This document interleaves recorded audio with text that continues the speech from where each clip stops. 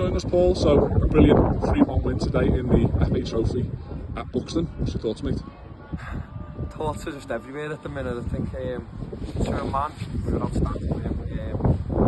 That's given them the best compliments I can give them. Do you know what I mean? I don't think I've got any superlatives to give them. They were immense to a man, every one of them, and the fans we've come in big numbers today. We've had good groups who've just cheered us on, and I truly believe that playing them any disrespect, the fact we were the better team, we deserve to win that.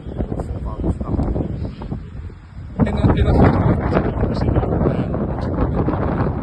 to have their spells and possession stuff, but we felt as though we didn't really feel that we were in trouble in the first half. I was surprised that when they were kicking with the wind that they weren't trying to get shots off or causing any more issues. But that's a testament to, again, the back five, isn't it? Yeah, the whole team, the defenders as a group, we knew it was going to be tough that first half. We were really against the wind, and I think there was a spell from about the 35-minute onwards to just before half time they had it, and I thought we were a bit unorganised. I was telling the lads to regroup, just get compact and just basically narrow the pitch so we could condense the game a little bit. And you're not going to keep a team out for long like them, do you know what I mean? Because they were all over us at that stage, but then we've hung in, we've gone to half time, we've been we've had a little change in our strategy a little bit. We've decided, look, can we stay in the game as long as we can, and then can we try and get something? And what a start that was from the second half.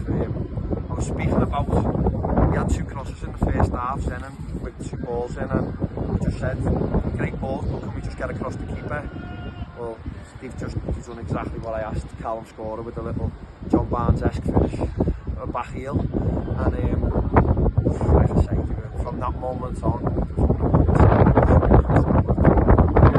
these are a top team. Make no bones about it. We're not talking about a poor outfit. We're talking about a really top level side here.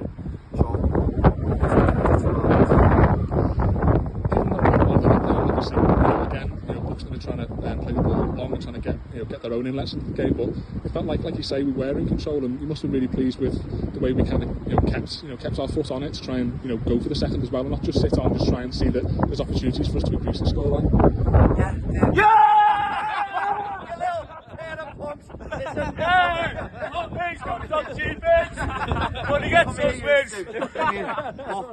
You two are joining in now. I'm the man who seems to get all of the credit for it, but without these guys, and Gary, Bushy, Tom, without them, it doesn't happen. Do you know what I mean? Because it's a team effort. We're not just a one-man band.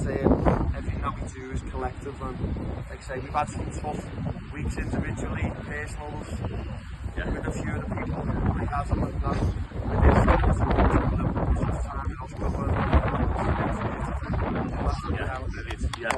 It's right. Dodgy bins. And it's also sorry about that. No, not at all. And then obviously, so late on, Buxton get a goal back in the game, and there were a few kind of twitchy backsides when that 7 minutes went up. But obviously, with Danny coming back from injury, we're looking fresh. I thought Danny was great when he came on. By the way, I thought he really held the ball up well and looked to chase their back line. It was some let off for that goal from Mitchell in the 90th minute, wasn't it? Look, he's been out injured for the last few weeks.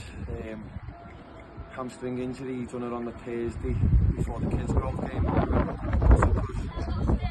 He's had a tough time. He's been going through a tough time on the pitch. He's trying his hardest. Things aren't going. He's going to take a little bit of criticism. We know what he brings to the team, and he showed his weight then when he come through, and he fully deserves that. And I'm proud that he's got that moment to say it. I think he fully deserves it. But let's not take nothing away from any of the lads on that pitch. Even the lads who haven't come on, it's a collective effort, and to say it won't mean nothing if we on Wednesday night we don't pick any points up, but let's just lap today up and worry about Wednesday tomorrow. One thing I wanted to just talk about before we sign off the interview, Paul, is that we've seen, we've had comments, you and I, we discussed this in recent weeks, in particular in our post-match interviews, that the role that the fans have played in this run that we've been on, and you said it, I remember you saying, stuck in my mind, at Whitney at the end of last season, we had a bit of an end of season debrief, and you said about us all riding the train and getting on the journey together.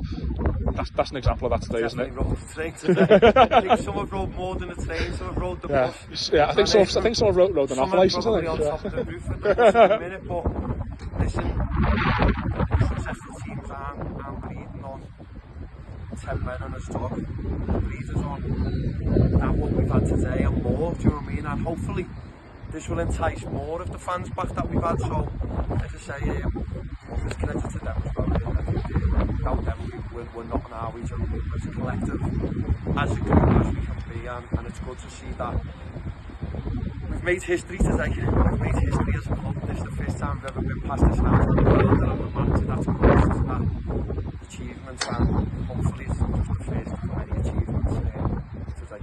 Well done, Paul. Thoroughly enjoyable. Enjoy tonight, mate. Thanks.